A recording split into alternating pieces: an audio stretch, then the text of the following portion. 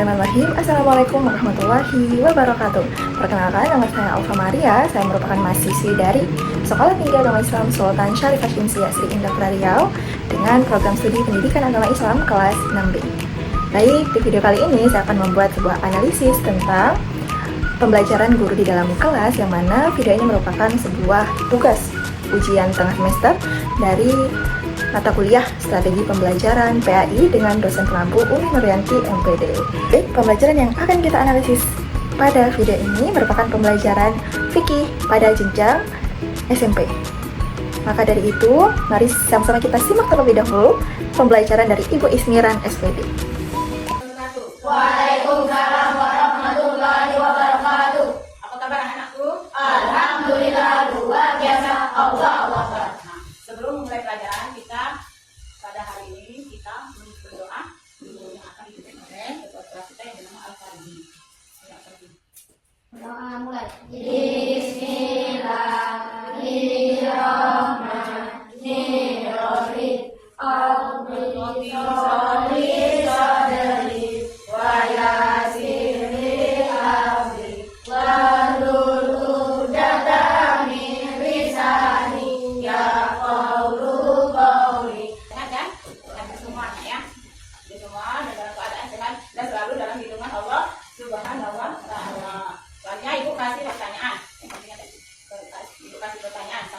Pernahkah kamu melaksanakan sholat Jumat? 2. Apa perbedaan sholat Jumat dengan sholat fardu? 3. Bagaimana tata cara sholat Jumat? Nah, Ibu kasih waktu 5 menit. Kamu kerjakan ya. Nanti Ibu ini Ibu bahas ya. Kamu sedikit bersih. 5 menit. Sama, siapa yang mau menjawabnya? Pernahkah kamu melaksanakan sholat Jumat? Saya, Bu. Karena sholat Jumat adalah sholat dua rakaat yang dilakukan pada waktu zuhur hari Jumat dan wajib bagi muslim laki-laki. Ya, benar. Sholat Jumat dikerjakan pada waktu hari. Nah, yang menjamin siapa yang melakukan sholat Jumat itu? Siapa? Orang laki-laki yang muslim. Terus yang nomor 2. Apa perbedaan sholat Jumat dengan sholat fardu? Ayo, siapa yang mau menjawabnya? Saya, Bu. Sholat Jumat hanya dilakukan pada hari Jumat di waktu zuhur dan terdiri dari 2 rakaat. Sedangkan zuhur 4 rakaat dan sholat zuhur 4 rakaat. Ya, sholat Jumat itu 2 rakaat, hukumnya fardu. Sedangkan sholat fardu hukumnya wajib. Ya, seperti apa? Sholat fardu dulu. Pertama zuhur, asar, maghrib, isya, subuh. Nah, itu sholat fardu, hukumnya wajib kita kerjakan. Terus yang sholat Jumat itu dalam seminggu dikerjakan berapa kali? Dalam seminggu satu kali pada hari Jumat. Terus yang Ibu bertanya tadi, yang nomor 3, bagaimana tata cara sholat Jumat? Siapa yang menjawab itu? Tata cara sholat Jumat, saya jawab. Nah, kenapa? sholat Jumat itu mengerahkan kaki kiri untuk sholat Jumat dan masing-masing dengan kanan. Ya, sholat Jumat. Tata caranya itu menyenggarakan pergi ke masjid untuk sholat Jumat dan masuk masjid mendahulukan kaki kanan. Doa, ada yang nambahin? Saya, Bu. Menjaga adab di dalam masjid dan meluruskan dan merapatkan tas. Menjaga adab di dalam masjid. Yang seperti apa? Menjaga adab di dalam masjid itu? Apa? Menjaga kebersihan dan tidak mengotori masjid dan tidak berbicara yang kotor-kotor itu tidak boleh, nak ya? Ya.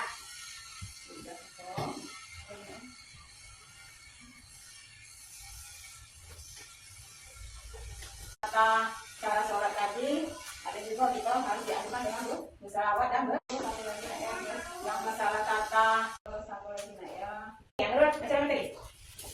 Pengertian sholat Jumat. Sholat Jumat adalah ibadah. Sudah selesai membaca materi tadi, sholat Jumat, kita sudah ada kelompoknya kan, kita praktek sholat Jumat ya. Kita pada sholat Jumat melalui kita tempelin deh, gambar ya. Kita kasih kelompok-kelompok. Kita 2, 3, dan nomor 1 ya.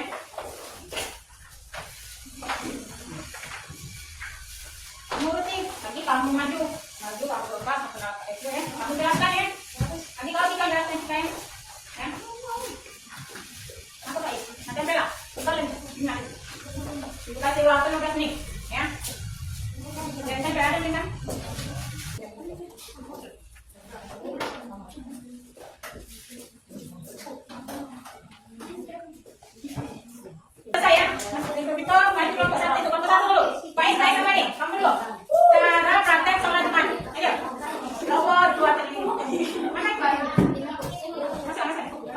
masuk.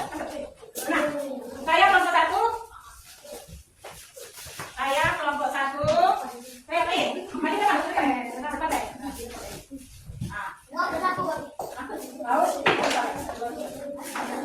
Saya kelompok 1 lah saya kelompok 1 akan menjelaskan mengajarkan satu takbir Allahu Akbar. Baca apa? 3 Fatihah dan surat pendek terus ruku. Nah, kita ada maksudnya. Kita ada cara ini ya. Lalu kok Allahu Akbar. Terus sampai rukanya ada selesai. Yang ini. Anak. Ibu akan menutupi sebuah anak-anak tuliskan hal-hal yang belum kamu pahami dalam sholat Jumat ini. Hal-hal yang belum kamu pahami. Nah, waktunya sudah. Kamu sampai atas sudah. Terus ibu akan menutupi sebuah anak-anak tuliskan hal-hal yang belum kamu pahami dalam sholat Jumat ini. Hal-hal yang belum kamu pahami dalam sholat Jumat itu. Ya. Hal-hal yang belum kamu pahami dalam sholat Jumat. Ya, hal-hal yang belum kamu pahami dalam sholat Jumat. Kamu tulis ini ya.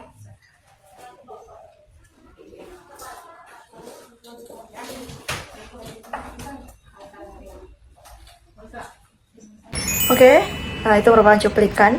Saya ambil bagian-bagian yang penting saja untuk dimasukkan ke dalam video ini. Namun cukup tergambar secara jelas alur pembelajaran PAI di kelas tersebut. Nah, baik untuk analisis saya pada video ini, menurut saya sangat menarik ya, walaupun nanti ada plus minusnya, tapi menurut saya sangat-sangat menarik untuk pembelajaran PAI. Di sini Bu Ismiran ini menggabungkan beberapa metode pembelajaran. Jadi menurut saya ini sangat-sangat inovatif sekali. Apa saja metode pembelajaran yang digabungkan oleh Ibu Ismiran ini? Yang pertama metode ceramah. Nah, di awal Ibu Ismiran itu menggunakan metode ceramah terlebih dahulu dicampur dengan berdiskusi kepada siswa. Di awal pembelajaran tidak lupa dengan pertanyaan pemantik yang akan untuk masuk ke awal pembelajarannya. Jadi pertama Ibu Ismiran itu dia memberi 3 pertanyaan terlebih dahulu kepada murid-murid. Kemudian mereka bahas, anak-anak disuruh membaca dan guru yang menjelaskan, ada juga diskusi. Nah, setelah itu nampak di sana Ibu Ismiran kemudian menggunakan metode kontekstual, di mana metode ini tuh menggabungkan antara materi pembelajaran dengan kejadian yang terjadi dengan anak-anak sesuai dengan di kehidupannya. Nah, metode kontekstual ini Ibu Ismiran mengajak anak-anak untuk membuat sebuah proyek. Nah, Ibu Ismiran ini dia membagikan selembar karton yang berisi gambar-gambar. Kemudian anak-anak itu disuruh bekerja sama untuk mengisi tata cara sholat Jumat sesuai gambar. Begitu. Nah, setelah mengisi sesuai gambar per kelompok, maka masing-masing per kelompok diminta untuk maju dan mempraktekkan bagaimana sih tata cara sholat Jumat yang benar sesuai dengan yang ada di karton mereka. Nah, kemudian untuk di akhir, Ibu Ismiran ini memberikan sebuah evaluasi, beberapa soal untuk dikerjakan di rumah. Nah, itu gambarannya. Jadi banyak sekali metode yang digunakan pada pembelajaran PAI Ibu Ismiran ini. Yang pertama ada metode ceramah, yang kedua metode diskusi, yang ketiga metode cooperative learning atau kerjasama yang membuat tata cara sholat Jumat secara per kelompok. Kemudian yang keempat ada metode kontekstual dengan mempraktekkan sholat Jumat bagi masing-masing kelompok. Ini sangat menarik, apalagi dalam pembelajaran PAI. Namun menurut saya dalam pembelajaran Ibu ini akan sangat-sangat lebih menarik lagi kalau bisa digabungkan dengan teknologi canggih sekarang. Namun kalau yang saya lihat tanpa teknologi pun sudah lebih pada pembelajaran PAI di video tadi, fokusnya adalah pembelajaran yang berpusat pada siswa. Walaupun di awal-awal menggunakan metode ceramah, namun ternyata itu hanya di awal saja. Di akhiran menggunakan beberapa metode yang berpusat pada siswa, sehingga kita sebagai guru hanya menjadi fasilitator saja. Sangat bagus, dan bisa kita lihat di video yang tadi, anak-anak inisiatif mau menjawab pertanyaan yang diberikan oleh gurunya gitu. Misalnya Ibu Ismiran bertanya, siapa yang tahu apa itu sholat Jumat? Langsung ada yang berani mengangkat tangan. Nah, itu menunjukkan bahwa siswa ini sangat aktif, berpartisipatif dalam pembelajaran di kelas. Nah, mungkin untuk kedepannya akan lebih keren lagi jika bisa digabungkan dengan teknologi seperti PPT atau teknologi AI dan yang lainnya. Namun teknologi ini tidak bisa merata masuk ke dalam setiap sekolah dikarenakan ya bedanya sarana dan prasarana fasilitas di suatu sekolah. Tidak semua sekolah itu menggunakan fasilitas yang lengkap. Namun di tengah-tengah keterbatasan semua sarana prasarana fasilitas tersebut, guru-guru pendidikan agama Islam tetap bisa berkreasi, tetap bisa berinovatif lagi dalam pembelajaran di kelasnya masing-masing. Oke. Baik, sekian saja analisis dari saya. Kesimpulan yang bisa saya dapatkan dari video Ibu Ismiran tadi, saya sangat-sangat tertarik pada metode kombinasi. Kenapa saya bilang kombinasi? Karena itu menggabungkan beberapa metode pembelajaran ke dalam satu kali pertemuan, ya. Jadi sangat-sangat memotivasi saya sebagai calon seorang guru untuk dapat menerapkannya nanti di dalam kelas.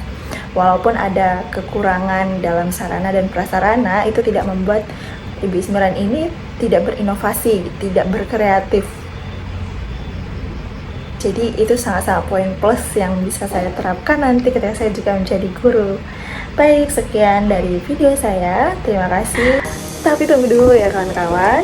Aku mau ngasih informasi penting untuk semua rekan-rekan yang sedang mencari kampus impiannya masing-masing. Nah, sekarang udah waktunya bulan-bulan kelulusan. Tentu rekan-rekan semua udah mencari tahu nih, mau kuliah di mana, jurusan apa, program studi apa. Nah, untuk teman-teman yang masih bingung, mungkin mau menjadikan kampusku sebagai salah satu pilihan yang bagus buat rekan-rekan apalagi. Rekan-rekan yang mau satu jurusan dengan aku, boleh banget untuk ke kampus aku. Sekolah Tinggi Sultan Syarifah Syimsiah Asri Indah Riau. Ada banyak banget program beasiswa yang diadakan di kampus aku. Salah satunya aku merupakan salah satu penerima beasiswa Pertamina Foundation angkatan ke-10. Sangat bangga sekali menjadi bagian dari keluarga besar Pertamina Foundation, serta masih ada banyak beasiswa lainnya lagi seperti KIP, beasiswa dari daerah, provinsi, dari Basnas, dan banyak lagi yang lainnya, nggak bisa aku sebutin satu-satu. Untuk teman-teman yang kepo nih soal kampus aku, boleh langsung lihat sosmednya di Instagram @susasia. Oke, aku tulis di sini. Boleh langsung DM dan hubungi adminnya. Semoga kita bisa bertemu. Bye bye. Assalamualaikum warahmatullahi wabarakatuh.